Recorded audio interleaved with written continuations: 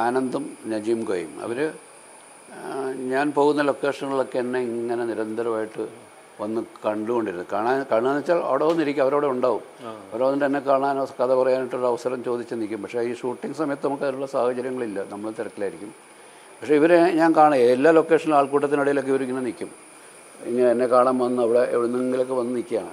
ഇവരുടെ നിരന്തരമായിട്ട് ഇവരെ കാണാൻ തുടങ്ങി. ഒരു പ്രാവശ്യം ഞാൻ പറഞ്ഞ നിങ്ങളുടെ കഥ കേൾക്കാമെന്ന് പറഞ്ഞു. അങ്ങനെ ഒരു ഘട്ടത്തിലാണ് കഥ കേൾക്കുന്നത്.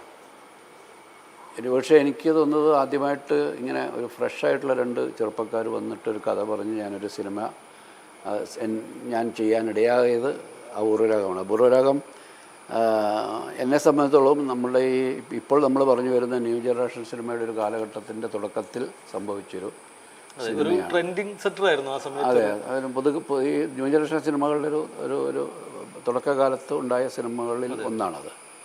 അതുവരെ ഞാൻ ചെയ്ത ജോണറിൽ നിന്നും മാറിക്കൊണ്ടുള്ളൊരു സിനിമയായിരുന്നു. പുതിയ ആക്ടേഴ്സും എല്ലാവരും താരതമ്യേന 1-2 സിനിമകളിൽ മാത്രം അഭിനയിച്ചിട്ടുള്ളവരാണ്. അപ്പം അതിൻ്റെ ഒരു കഥ പറച്ചിലുള്ള രീതിയും ഇന്നത്തെ കാലത്തെ നമ്മുടെ ചെറുപ്പക്കാരുടെ ഇടയിലുള്ള അവരുടെ കാഴ്ചപ്പാടുകളോട് ചേർന്ന് നിൽക്കുന്ന അവരുടെ പ്രണയവും പ്രണയത്തിലെ ചതിക്കുഴികളൊക്കെ പറയുന്ന സിനിമയാണ്.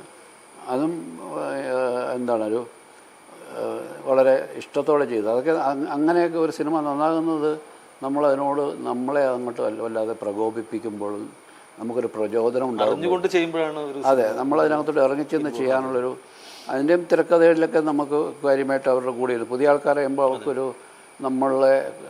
നമ്മളുടെ അഭിപ്രായങ്ങളൊക്കെ അവർ സ്വാഗതം ചെയ്ത് അല്ലെങ്കിൽ അതിനോടൊത്ത് അവരും സഞ്ചരിച്ചുകൊണ്ടാണ് അങ്ങനത്തെ സിനിമകളൊക്കെ സംഭവിക്കുന്നത്.